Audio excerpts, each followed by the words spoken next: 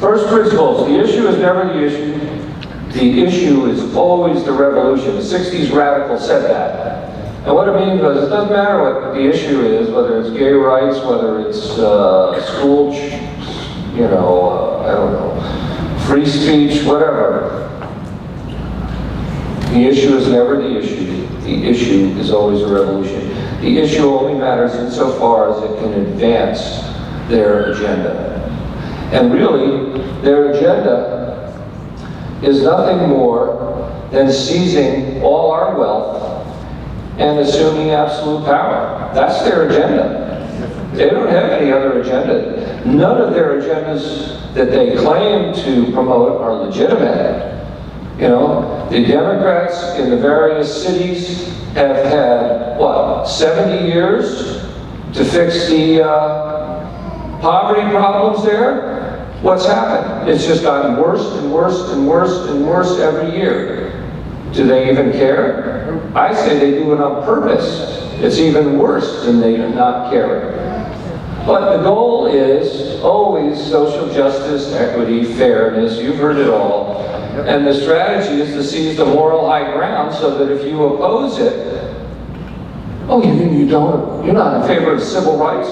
What are you, a racist, a bigot? What are you? What's your problem? You know? And so it's all tactical. Yep. And it's a multi-front strategy. Mass immigration.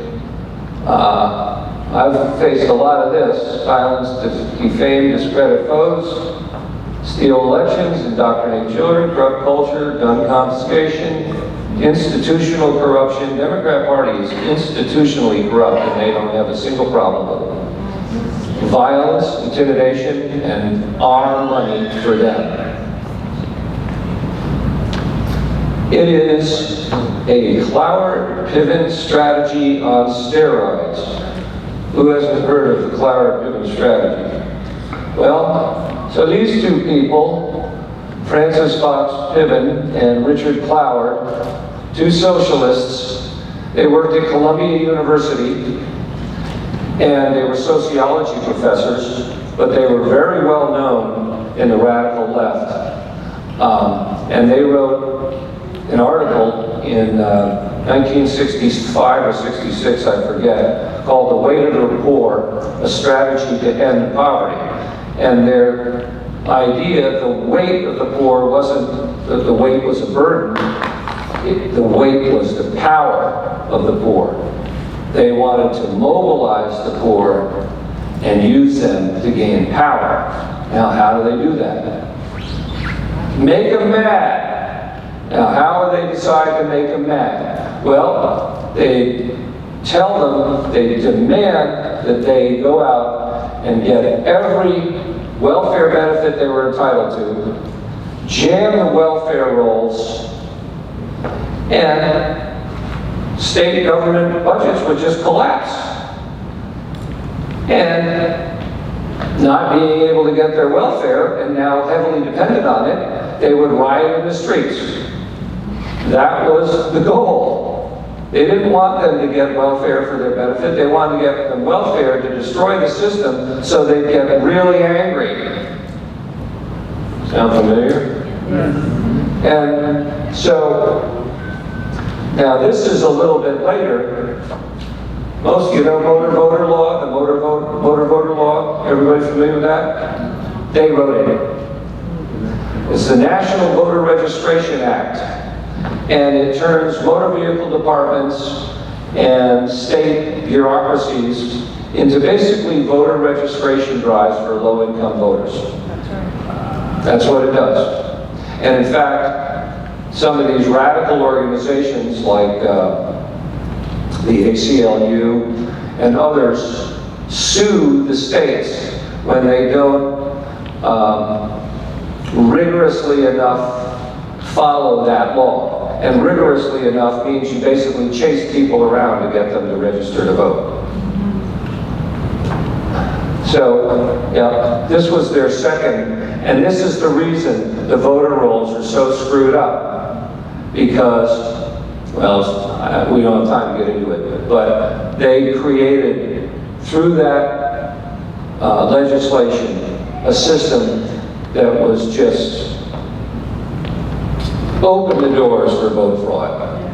And it was challenged in court, and actually the state of Illinois, governor was a Republican at the time, challenged it, said it was an open door for vote fraud, and one young Barack Obama joined the defense team, and they were able to defeat the governor's lawsuit. So it became law. And here's some of the things they say. I mean, you can't get it better than when they lay out exactly what they want to do right in front of your eyes. By crisis, we mean a publicly visible disruption in some institutional sphere.